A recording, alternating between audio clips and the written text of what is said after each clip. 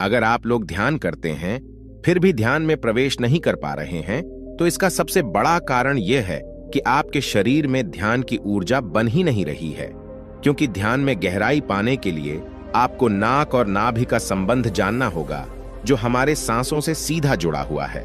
जब तक आप लोग अपने सांसों को सही रूप में इस्तेमाल नहीं करेंगे, तब तक ध्यान में प्रवेश नहीं कर पाएंगे। आप सभी जानते हैं कि हर एक सांस का अपना एक अलग महत्व है, लेकिन ध्यान में सिर्फ 50 सांस अगर आप हमारी बताई गई विधि अनुसार लेते हैं, तो आपकी नाक से चलने वाली सांस सीधे नाभि तक पहुंच जाएगी और नाभि पर एक ऊर्जा बनती है जो आपके ध्यान को गहराई की ओर ले जाती है। क्योंकि आप भली भांति जानते हैं कि नाभि ही हमारे शरीर का आधार है। अगर हमें अपने शरीर में ध्यान की ऊर्जा पैदा करनी है और ध्यान को समाधि की ओर ले जाना है, तो हमें अपनी नाभि को मजबूत करना होगा। यही से हमारा शरीर कार्य करता है और नाभि ही हमारे शरीर का मुख्य आधार है। जिस व्यक्ति की सांस नाभि तक पहुंच जाती है, उसका ध्यान में प्रवेश बड़ी सरलता से हो जाता है और फिर बड़े ही रहस्यमय बदलाव उसे अपने जीवन में देखने को मिलते हैं। जीवन की समस्त समस्याएं तुरंत खत्म हो जाती हैं। तो आज की वीडियो में हम जानेंगे कि ध्यान में अपनी नाभि से सांस लेकर नाभि चक्र को कैसे मजबूत किया जाए, ताकि आपका ध्यान में तुरंत प्रवेश हो जाए। देखिए, आप सभी अच्छे से जानते हैं कि जो सांस आप लेते हैं वही आपके ध्यान को विकसित करता है। जब आप ध्यान करने की शुरुआत करते हैं तो आपको सिर्फ एक ही चीज सिखाई जाती है, सांसों पर ध्यान दो। ऐसा क्यों कहा जाता है? क्योंकि हर एक सांस आपके शरीर में ऊर्जा का निर्माण करती है। ऊर्जा में प्रवेश पाने के लिए और जीवन को बदलने के लिए ऊर्जा की सबसे ज्यादा आवश्यकता होती है। लेकिन अगर आपका शरीर थका हुआ है, आलस्य से भरा हुआ है, तो सीधी सी बात है, आपकी सांस उस रूप में कार्य नहीं कर रही है।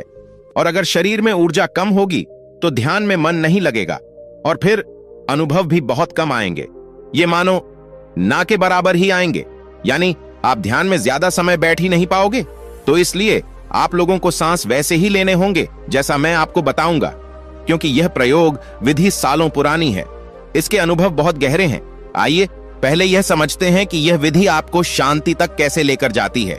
मैं आपको बताना चाहता हूं कि नाभि शक्ति को जागृत करने के लिए सबसे पहले आपको अपनी सुषुम्ना नाड़ी को एक्टिव स्थिति में लाना होगा। यह कार्य सबसे प्रथम करना है, क्योंकि यही से ध्यान की शुरुआत होती है। यही आपके ध्यान की नींव है। अब ध्यान से समझिए, आपके नाक के 2 छिद्र, ईढ़ा नाड़ी और पिंगला नाड़ी, जिनमें आपकी सांस चलती है, और सुषुम्ना नाड़ी वह स्थान है जहां आपकी ऊर्जा लिक्विड फॉर्म में रहती है, और इसी ऊर्जा को हमें सक्रिय करना है, जो सुषुम्ना नाड़ी के अंदर स्थित है।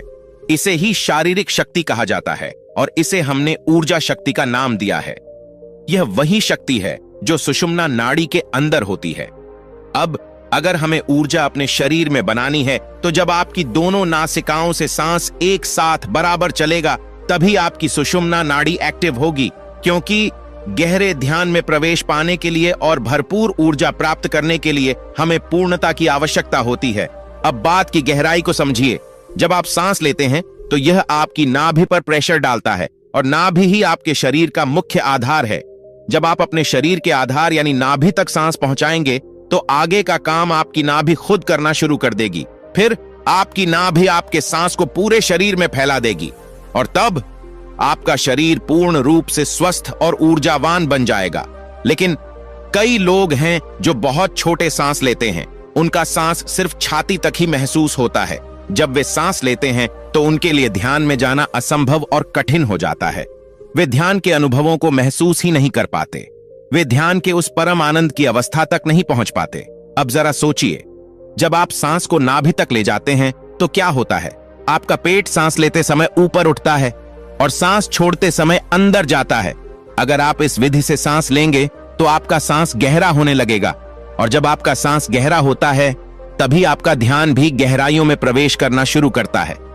अब हम जानने की कोशिश करते हैं कि ध्यान में 50 सांस किस तरह से लें जिससे हमारा सांस नाभि तक पहुंच जाए, और फिर हम गहरे अनुभवों के जरिए अपने ध्यान को समाधि की ओर कैसे ले जा सकते हैं। इस विधि के प्रयोग से पहले आपको कुछ दिनों तक अनुलोम विलोम की आवश्यकता पड़ेगी। क्यों?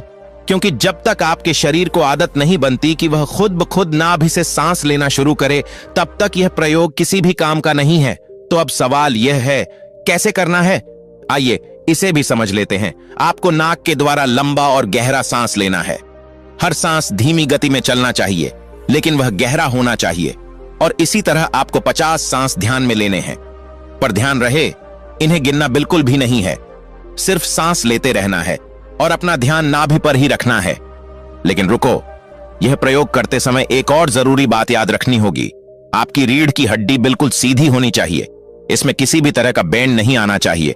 और जब आप ऐसा करेंगे तो आपका ध्यान अपने आप ही सांसों के साथ मिलना शुरू हो जाएगा।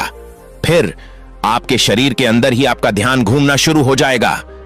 ऐसा करने से आपके शरीर में एक अद्भुत ऊर्जा का निर्माण होगा और वही ऊर्जा आपके ध्यान को गहराइयों की ओर ले जाना शुरू करेगी। यही नहीं, इसी की मदद से आपको ध्यान में गहरे अनुभव भी होने लगेंगे।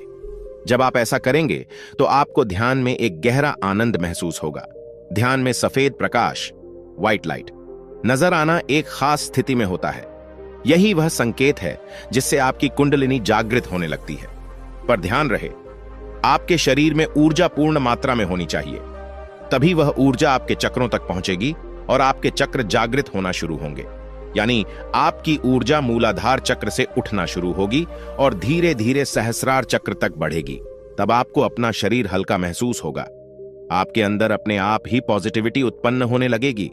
याद रखना, यह ध्यान आपके जीवन को ऊंचाइयों तक ले जा सकता है, लेकिन अगर ध्यान को कोई गहराइयों में ले जा सकता है तो वह सिर्फ आपकी सांस है। सांस को ही प्राण कहा जाता है। अगर आपका नाभि चक्र एक्टिव होता है तो तभी आपको अपने अगले चक्र का रास्ता दिखने लगेगा। अगर आपको यह जानकारी अच्छी लगी हो तो इसे अपने दोस्तों के साथ शेयर जरूर करें। नमस्कार दोस्तों, आज इस वीडियो में आप दुनिया के सबसे पावरफुल मेडिटेशन के बारे में जानेंगे। एक ऐसा मेडिटेशन जो आपको और आपकी लाइफ को पूरी तरह से बदलने की ताकत रखता है। इसमें आपके पूरे नजरिए को बदलने की शक्ति है। तो अब ज्यादा टाइम वेस्ट ना करते हुए मैं आपसे बस इतना ही कहूंगा, इस वीडियो को बिल्कुल भी मिस ना करें। इसे पूरा जरूर देखें, क्योंकि इस वीडियो को देखने के बाद आपका सोचने और देखने का नजरिया बदल जाएगा। 25,500 साल पहले इस दुनिया में एक महान साइंटिस्ट का जन्म हुआ। कुछ लोग उन्हें भगवान का अवतार मानते हैं तो कुछ मानवता का उद्धारक। और उस महान व्यक्ति का नाम था गौतम बुद्ध। जैसा कि हम सभी जानते हैं, सिद्धार्थ गौतम एक राजा के बेटे थे और खुद भी एक राजा थे। उन्होंने अपने जीवन के शुरुआती कुछ साल महल की शानो शौकत में बिताए। लेकिन एक दिन जब सिद्धार्थ अपने रथ पर बैठकर राज्य का भ्रमण कर रहे थे तो उन्होंने कुछ ऐसा देखा जो पहले कभी नहीं देखा था।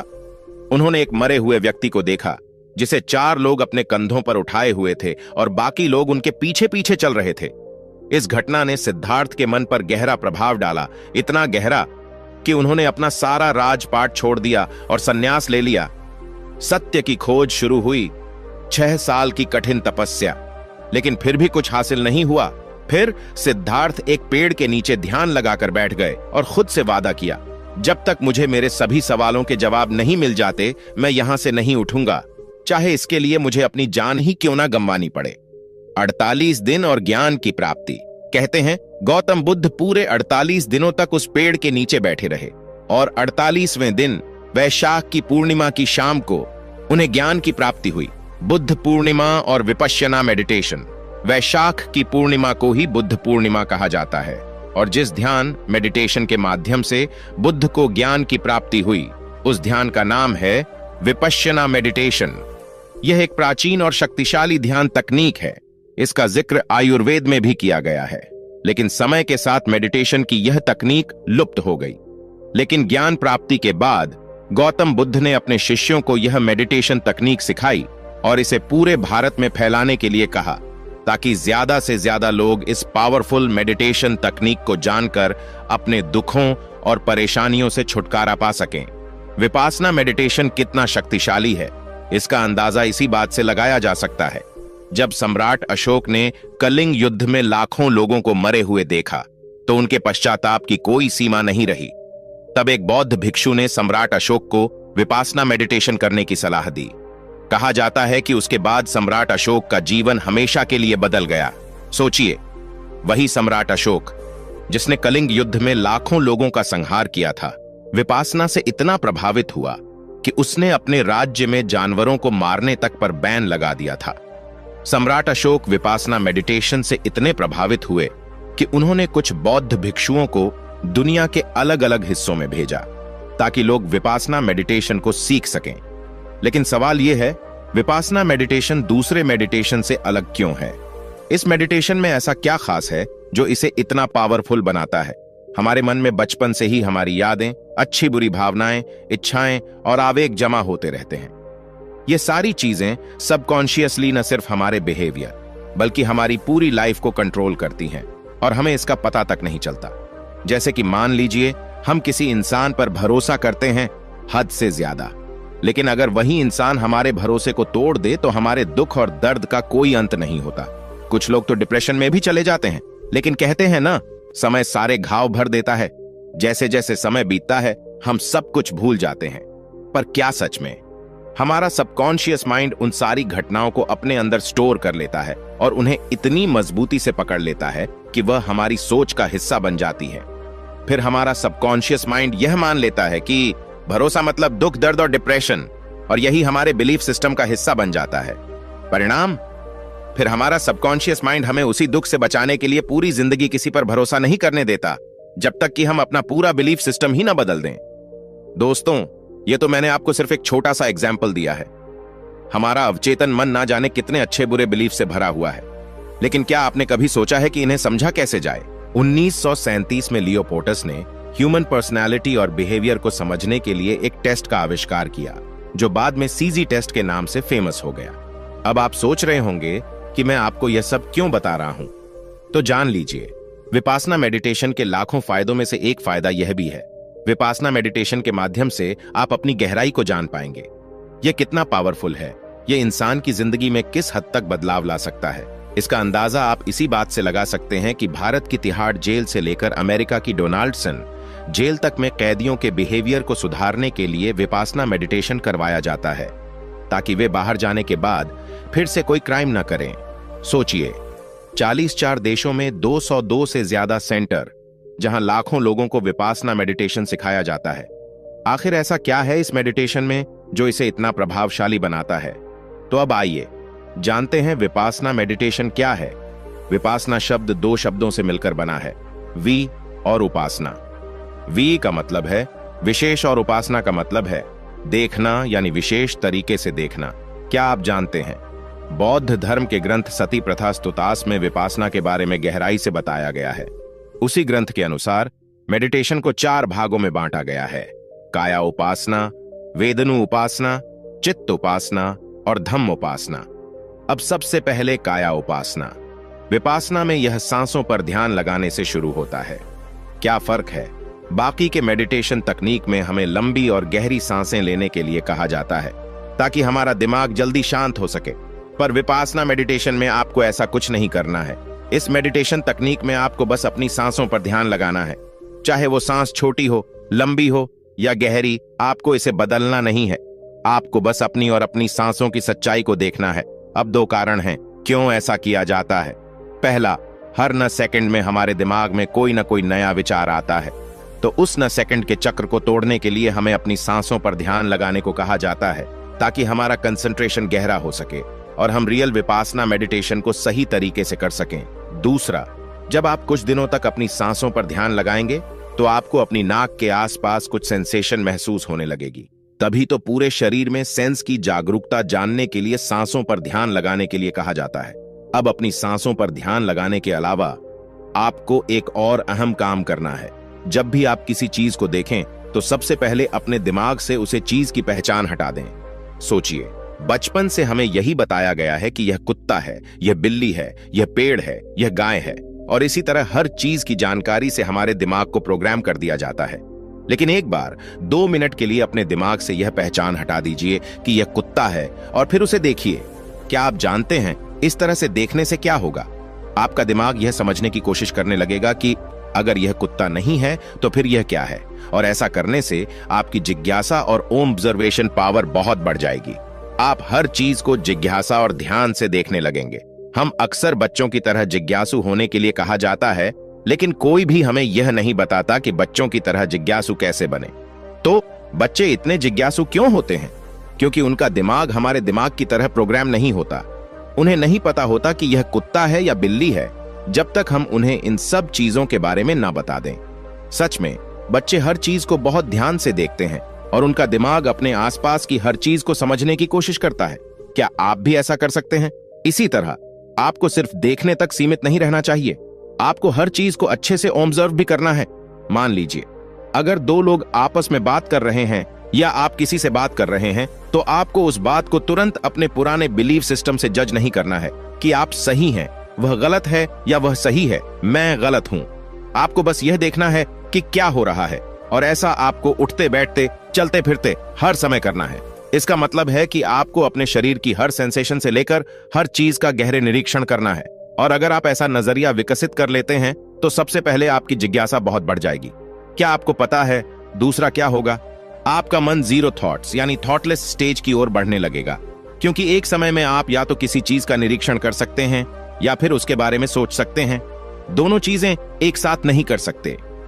तीसरी बात जो आपके साथ घटित होगी वह यह है कि आपकी ऑब्जर्वेशन पावर इतनी बढ़ जाएगी कि आप हर चीज में सच को देख पाएंगे, चाहे वह आपके इमोशन हो, दो लोगों के बीच की बातचीत हो या दुनिया की कोई भी चीज हो। आपको हर चीज में सच दिखने लगेगा। और यही है विपासना का सही मतलब, किसी भी चीज को उसके वास्तविक रूप में देखना। इसको शब्दों में बयान करना बहुत कठिन है। आप विपासना को तभी समझ सकते हैं जब आप इसे अपने अनुभव में लेकर आएंगे। क्या आप तैयार हैं इसे अनुभव करने के लिए? अगर यह कहानी आपको अच्छी लगी तो अपने दोस्तों से जरूर शेयर करें। अब वृद्धावस्था एक इंसान के जीवन का वह समय होता है जब उसे बीमारियां अपने शिकंजे में कस लेती हैं। लेकिन क्या आप जानते हैं तथागत गौतम बुद्ध का शरीर बुढ़ापे में भी बीमारियों से मुक्त था? उनकी चाल में एक अद्भुत सफलता थी। उनके चेहरे पर एक गजब का तेज था। जब वह घंटों ध्यान में बैठे रहते थे तो उनकी रीढ़ की हड्डी एकदम सीधी रहती थी। वह थकते नहीं थे। रात को सोते समय जिस अवस्था में होते थे, सुबह उसी अवस्था में उठते थे। ऐसा लगता था जैसे उनके जीवन में कोई कष्ट, दुख, रोग या फिर कोई भी तनाव नहीं था। उनका प्रत्येक शिष्य इसी तरह के जीवन की कामना करता था। एक दिन तथागत के एक शिष्य ने उनसे सवाल किया। उसने कहा, हे तथागत, एक भिक्षु का पूरा जीवन भिक्षा पर व्यतीत होता है और जो कुछ भी उसे मिलता है उसी को खाकर वह अपना भरण पोषण करता है। लेकिन जब मैं आपके शरीर को देखता हूं तो मुझे बड़ा आश्चर्य होता है। इतने अल्प भोजन करने के बाद भी आप इतने चुस्त, इतने फुर्तीले और इतने तेजवान कैसे हैं? जबकि दूसरी तरफ मैं नगर के राजाओं और सम्राटों को देखता हूं, उनकी तोंद निकल आई होती है और बहुत बार उन्हें वैद्य और हकीम को बुलाना पड़ता है, यानी उनका स्वास्थ्य भी ठीक नहीं रहता। लेकिन उनके पास तो सारी सुख सुविधाएं हैं। वह जो चाहें वह भोजन कर सकते हैं। वह अपने रसोइयों से कह सकते हैं और कोई भी व्यंजन तैयार करवा सकते हैं। फिर भी उनका शरीर इस हाल में रहता है। तो इसके पीछे क्या रहस्य है कि एक भिक्षुक जिसे कभी पूरा भोजन भी नहीं मिलता, वह स्वस्थ होकर जीवन जीता है, और दूसरी तरफ जिनके पास सारी सुख सुविधाएं हैं, वह शारीरिक कष्ट और पीड़ा क्यों झेलते हैं? तथागत ने बड़ी ही सौम्य मुस्कुराहट के साथ उत्तर दिया, मनुष्य जीवन पर्यंत भागदौड़ में लगा रहता है। ऊर्जा हमें किसी विशिष्ट भोजन से नहीं मिलती है, बल्कि हर भोजन ऊर्जावान हो सकता है। तुमने देखा होगा कि जो लोग रूखा सूखा भोजन खाते हैं वे अक्सर शारीरिक रूप से मजबूत पाए जाते हैं, और जो लोग किसी विशिष्ट प्रकार का भोजन यह सोचकर करते हैं कि इसे खाने से हमें ताकत मिलेगी, हमारे शरीर को ऊर्जा मिलेगी, तुमने देखा होगा कि ऐसे लोग अक्सर बीमारियों से ग्रस्त पाए जाते हैं। सवाल यह नहीं है कि हम किस प्रकार का भोजन करते हैं, बल्कि असली सवाल यह है कि जो भोजन हम करते हैं वह हम किस प्रकार करते हैं। क्या हम उसका सही इस्तेमाल कर पाते हैं या नहीं? जरूरी होता है कि भोजन करने के नियम हमारे जीवन में अपनाए जाएं, ताकि साधारण सा भोजन भी हमारे शरीर को वह ऊर्जा प्रदान कर सके जो हमारे शरीर के अंगों को सुचारू रूप से चलाने के लिए आवश्यक हो। शिष्य ने बड़े आश्चर्य के साथ पूछा, हे तथागत, मैं आपकी बात का अर्थ समझा नहीं। तथागत ने उत्तर देते हुए कहा, जब भी हम भोजन करते हैं तो क्या हम वास्तव में होश पूर्वक अपना भोजन करते हैं? एक व्यक्ति किसी से बातचीत करते हुए भोजन करता है तो दूसरा व्यक्ति अपने विचारों में डूबा डूबा भोजन करता है। भोजन तो उनका शरीर कर रहा है, लेकिन उनका मन इस भोजन करने में सम्मिलित नहीं होता, और जो कर्म पूरा मन लगाकर नहीं किया जाता वह वास्तव में कर्म कहलाता ही नहीं है, इसलिए उसका परिणाम भी हमें कभी नहीं मिलता। मैं तुम्हें भोजन करने के कुछ आसन और नियम बताना चाहता हूं। अगर इन्हें अपनाओ तो कोई भी मनुष्य निरोगी होकर अपना जीवन सुखपूर्वक व्यतीत कर सकता है। पहला नियम, अपने मन में प्रेम पैदा करना बहुत जरूरी है और यह प्रेम उनके प्रति आभार व्यक्त करने से आता है। इस तरह हमारा शरीर अपने आप ग्रहण स्थल बन जाता है। तीसरा नियम, जो हमारे शरीर की बहुत सारी बीमारियों को खत्म कर देगा, वह है कि सूर्यास्त के बाद कभी भी भोजन नहीं करना। रात्रि के समय भोजन करने से हमारा शरीर उस भोजन को पचाने में लग जाता है, लेकिन अगर रात के समय हम अपने शरीर को कोई कार्य नहीं देते हैं तो यह हमारे शरीर की बीमारियों को खत्म करने लग जाता है। हमारा शरीर अपने आप अपनी बीमारियों को ठीक करने और उसकी मरम्मत करने की शक्ति रखता है, लेकिन पर्याप्त खाली समय ना मिलने के कारण हमारा शरीर अपनी बीमारियों को ठीक कर ही नहीं पाता। देर रात्रि में भारी भोजन करने से पूरी रात हमारा शरीर उसे पचाने के कार्य में लगा रहता है, वह कभी खाली हो ही नहीं पाता। इसीलिए जो बीमारियां हमारे शरीर में पैदा हो रही हैं, वह हमारा शरीर अपने आप ठीक नहीं कर पाता। सूर्यास्त के आधे घंटे बाद तक आप भोजन कर सकते हैं या फिर उससे पहले भोजन कर लें, लेकिन रात्रि के समय भोजन करना शरीर के लिए हानिकारक हो सकता है। तथागत ने आगे कहा, देखो, अच्छा भोजन वह माना गया है जो हमारे शरीर के साथ साथ हमारे मन को भी प्रसन्न रखें। खाना खाते समय अगर झगड़े के भाव हों या फिर गंदी जगह पर बैठकर भोजन करें या ऐसे व्यक्ति के साथ खाएं जिसके मन के विचार अच्छे ना हों, तो हमारा मन कभी प्रसन्न नहीं हो सकता। आवश्यक है कि खाना बनाते समय जो व्यक्ति खाना पका रहा हो उसके मन में प्रेम के भाव हों। अगर वह घृणा, गुस्से या फिर झगड़े के भाव रखेगा तो खाने में उसी प्रकार के गुण सम्मिलित हो जाते हैं। हर खाने का अपना एक विशिष्ट गुण होता है और यह गुण और अधिक बढ़ जाता है जब यह मनुष्य के गुण के साथ मिलता है। अगला नियम बताते हुए गौतम बुद्ध ने कहा, खाना जितना सुपाच्य होगा, जितना आसानी से पचने वाला होगा, उतना ही गुणकारी होगा। साधारण भोजन हमेशा सुपाच्य माना गया है, इसीलिए तुमने अक्सर मुझे दाल भात खाते हुए देखा होगा, क्योंकि यह सबसे साधारण भोजन है जो बहुत सुपाच्य भी है और हमारे शरीर को ऊर्जा भी प्रदान करता है। और यह भी ध्यान रखने वाली बात है कि जो खाना दूसरे जीव को प्रताड़ित करके बनाया गया है, यानी कि मांसाहार, उससे हमारा मन कैसे प्रसन्न हो सकता है। जिस जीव को मारते वक्त यातनाएं दी गई हों, जिसको कष्ट पहुंचाया गया हो, आखिर उसके मांस में भी तो वही गुण मिलेंगे। इसीलिए साधारण शाकाहारी भोजन हमारे शरीर के लिए सबसे उपयुक्त होता है। भोजन करने का अपना एक विशिष्ट आसन होता है। तुमने मुझे बहुत बार भोजन करते हुए देखा होगा, लेकिन हर बार मेरा भोजन करने का आसन एक ही रहता है। मेरी रीढ़ की हड्डी हमेशा सीधी रहती है। मैं शांत जमीन पर बैठकर भोजन करता हूं, लेकिन जो लोग किसी कारणवश जमीन पर नहीं बैठ सकते, उन्हें अपनी रीढ़ की हड्डी तो हमेशा सीधी अवश्य रखनी चाहिए, क्योंकि जब खाना पेट में पहुंचता है तो जब हमारी रीढ़ की हड्डी सीधी होती है तो वह बड़ी आसानी से सीधा हमारे पेट में पहुंच जाता है। और अगर हमारी रीढ़ की हड्डी मुड़ी हुई होगी तो हमारा पेट भी सिकुड़ा हुआ होगा, जिससे वह खाना ठीक प्रकार से भोजन नली से होते हुए हमारे पेट तक पहुंच नहीं पाता। तथागत ने अपने जीवन का एक किस्सा सुनाते हुए शिष्य से कहा, एक बार मेरे पास एक सम्राट आया। वह अपने पेट से बड़ा परेशान रहता था। जब वह मेरे पास अपनी समस्या लेकर पहुंचा तो मैंने उन्हें बताया, राजन, एक सम्राट के जीवन में शारीरिक मेहनत तो बहुत कम होती है, लेकिन वह भोजन बहुत अच्छा करना चाहता है। इसीलिए धीरे धीरे उसके शरीर का वजन बढ़ने लगता है, क्योंकि जब हम खाना खाते हैं तो शरीर की उतनी ऊर्जा भी बाहर निकलने आवश्यक होती है, वरना वह ऊर्जा हमारे शरीर को फैलाना शुरू कर देगी। इसीलिए उस सम्राट का पेट बहुत अधिक निकला हुआ था। तो मैंने उन्हें सलाह दी कि पहले तो जो भी बावर्ची आपका खाना बनाता है उसे बोलिए कि ज्यादा मिर्च मसाले वाला भोजन ना बनाएं और हल्का भोजन रखें। अगर आपको शारीरिक मेहनत करनी है तो ही ऐसा खाना खाएं जिससे कि हमारे शरीर को ताकत मिलती हो, लेकिन खाली बैठे अगर आप देसी घी या मांसाहार जैसा भोजन करेंगे तो शरीर को उसे अपने अंदर समाहित करने के लिए अच्छी प्रकार से मेहनत करनी भी आवश्यक होती है। अगर तुम मेहनत नहीं करना चाहते हो तो इस प्रकार का भोजन करना छोड़ दो। हल्का भोजन करो, साधारण भोजन करो, कम मिर्च मसाले वाला भोजन करो, जिससे कि तुम्हारे पेट में कोई भी बीमारी या कोई भी समस्या पैदा ही ना हो। शिष्य ने बड़े ही कृपा भाव से अपने हाथ जोड़कर तथागत